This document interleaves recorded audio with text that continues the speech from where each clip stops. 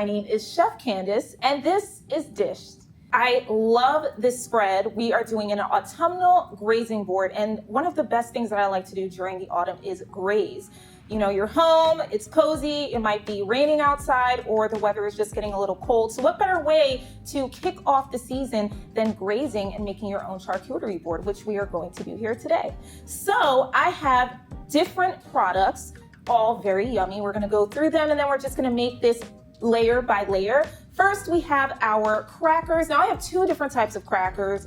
We have the garlic thyme, and we also have a multi-grain flax. So there's flax seeds in there. I like to have variety because some of your guests might like flax, some of your guests might like garlic thyme, or they might like any other type of crackers, but this is what we have here for the time being. Also, what makes an autumnal grazing board really great? You have your fruit. So we have our fresh and delicious grapes as well as our apples. I have two really huge apples. I thought just to get these bad boys in, cut them up, have enough for your guests and for yourself because you want to graze as well. We also have our meat. So I have two different types. We have our Genoa salami, and we also have pepperoni, and we have our cheese. I mean, who doesn't like cheese? We have just your standard cheddar cheese as well as some nuts. I have some lightly salted almonds, and we have more fruit. We have pitted dates. Believe it or not, dates are very good for you, highly nutritious. You got your copper, your selenium. I believe there's also vitamin K in there. So if you're watching for your vitamins and minerals, you can't go wrong with this whole entire spread. And to top it off, we have not just any old honey, we have our hot honey. So we have our sweetness, our tanginess, and a little bit of spice. This is going to be an amazing autumnal grazing board. All right, so first thing we're gonna do is cut these apples. So I am cutting this, and I like to cut it from this side. It might be different for you depending on the angles that you'd like, but I'm just trying to be as safe as possible, and as well, I'm taking care of the board. And of course, if you're someone that feels you need to cut your fruits, especially apples, perfect, there is no wrong or right way to do this. Some people might like to slice their fruit very thin, which I actually do. And some of you might like to have chunkier pieces. You might like to have more cubed pieces. Whatever you like, this is your autumn harvest autumnal board. So I like to have it very thin as I like. That's just the way that I like to cut my apples. I'm gonna put this right in this bowl here, and I'm gonna make a bit more.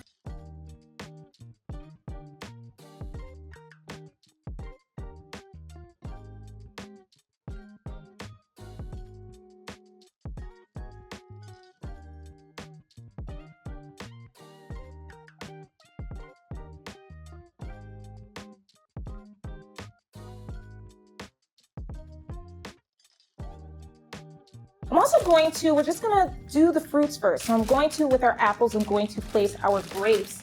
I've chosen red grapes. I'm a red grape girly. I like red grapes. I'm just going to kind of take them off of these stems right here.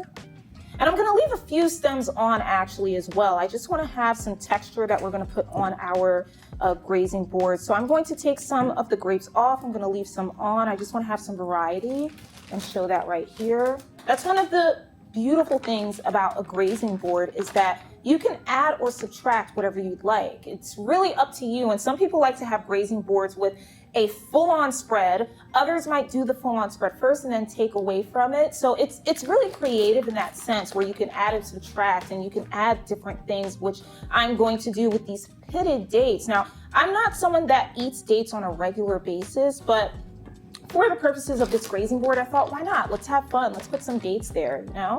So I'm just gonna put that on the side. And as you can see, I'm grouping all of my fruits first, and then I'm going to lay it out on the table. What I think I'm going to do next is really just I have these almonds here. Now you can use whichever nuts. You can use peanuts, you can use walnuts, you can even use pecans. I really like almonds. So I'm not gonna dip my hand in the bag. I'm actually going to, let's see it. I think I'm gonna spread it out on the table right here. Kind of just having a vision of where I want to have these almonds. So I'm putting the almonds right here, kind of on the side. I think what I'm going to do next is put the grapes, let's see. So I'm actually gonna use the pumpkins as a prop. I'm putting the grapes here to kind of lean it up on the side a bit. I have the nuts right here. I'm going to lay out. The next thing I wanna do is use the crackers. The crackers are the I would say the centerpiece of it all. This is the part where, you know, you can't obviously have the crackers without the cheese, but this really gives more texture. It's giving more flavor to the grazing board. And what I'm going to do here is lay it a bit in the middle-ish. Now, these are the garlic and thyme. So you have that saltiness, we have the sweetness. Some people actually like to layer their grazing board by flavor. Other people like to layer it by texture, and then some also like to layer it by color. So it's really up to you. This is where your creativity can shine. But I'm going to lay out some pieces here. I'm just kind of doing it a bit rustic at the moment. I think that's good enough for now. And then I'm gonna add some color to it with these are the multi-grain flax. So I'm going to layer it a bit like this. Now this is just improvisation. I really am not, I'm just going along with what I feel. So if you feel that when you're making your own autumnal grazing board and you kind of want to switch some things, you can absolutely do so. But for some reason, I'm feeling like this is the centerpiece. It's giving fireplace, it's giving crackling. Yeah, let's layer it like that. Let's go with our meats. Now, I love a good salami. Another thing I don't eat regularly, but for a grazing board, it's just perfection. Some people like to use prosciutto. I decided I wanted to go with two different types of meats. We have the Genoa salami. I'm gonna roll these up actually. I think this calls for a roll-up celebration. So I'm gonna roll them up like this. Very simple, very easy. And I'm gonna put them around the crackers. I'm just really feeling that. I'm gonna place this a bit around the crackers. So I'm putting it around a bit. And now I'm thinking, you know what? I think I'm gonna change that. I think I wanna layer them. This is what happens. So like I said, when you're making a grazing board, it doesn't have to be perfect at the onset. You can change as you go along. All right, so let's do our pepperoni. I'm gonna place it on the side next to our salami. So pepperoni isn't just for pizza. You can eat pepperoni on a grazing board by itself. I'm gonna move it over here. You know what? I'm gonna put some on top. Beautiful. And you see how the colors are just coming alive. So we have our reds, we have our browns, we have our deep purples. Those are perfect autumn colors. I love it.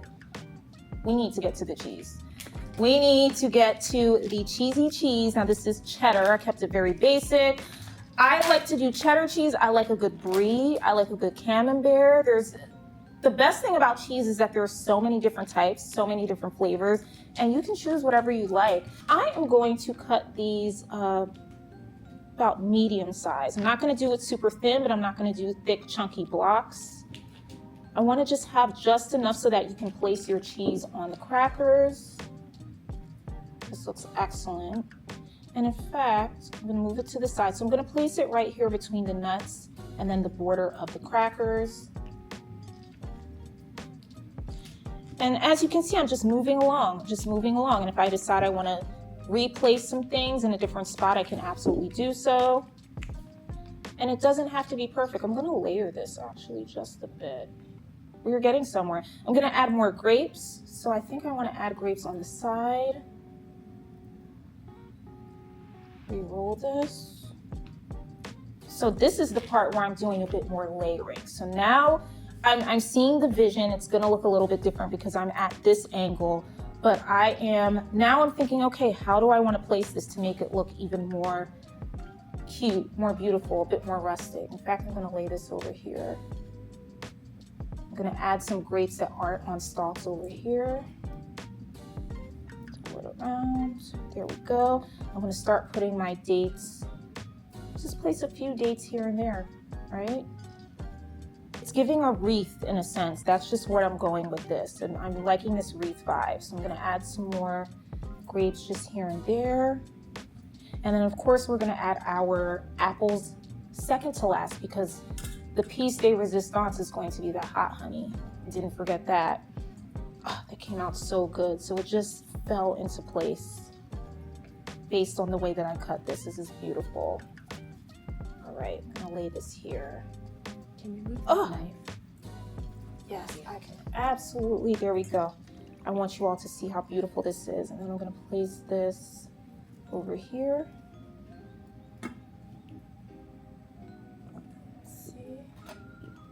Beautiful. So you see how we came up with a kernel of an idea, just one piece of fruit, and then how it just builds. So as I was stating before, you might not have a vision at the onset, but as you go along, just have fun with it. Just use what you have at your disposal, use the textures, use the colors, use just your feelings to see how you want to make this charcuterie board, or as I was saying, an autumn harvest grazing board to your liking, and then obviously to your guests' liking as well. Add this. So we have two, like how that looks. I'm gonna switch this over here. We have our dates strewn about. That looks beautiful. I think I'm gonna add some more nuts actually as well. And add some nuts in this corner, closest to me.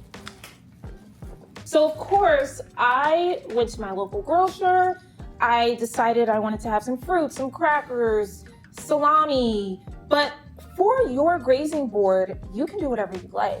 You can customize this to your liking, especially if you or your guest might have certain allergies. Feel free to use, for example, for the crackers, gluten-free crackers, organic crackers, grain-free crackers. If you know that you or your guests obviously are going to come to the party with certain preferences, you can customize the fruits and the meats and the cheeses to those preferences. There's no right way to make a grazing board. And I think that's why grazing boards are so popular, is they're super customizable and they're also super affordable. This entire grazing board is probably one of the most affordable meals that I have been able to come up with for this week. So if you're on a budget and you're thinking affordability, you're thinking yumminess, you're thinking I want to make something customized for myself, for my guests, for my family, a grazing board is one of the perfect ways that you can do that. And having said all of that, I think we are done. However, like I was saying before, the piece de resistance to bring everything together is going to be our hot honey.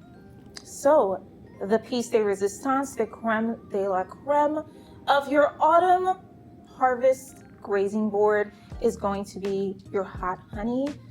Oh, I can just smelling it right now. It is hot, it is sweet.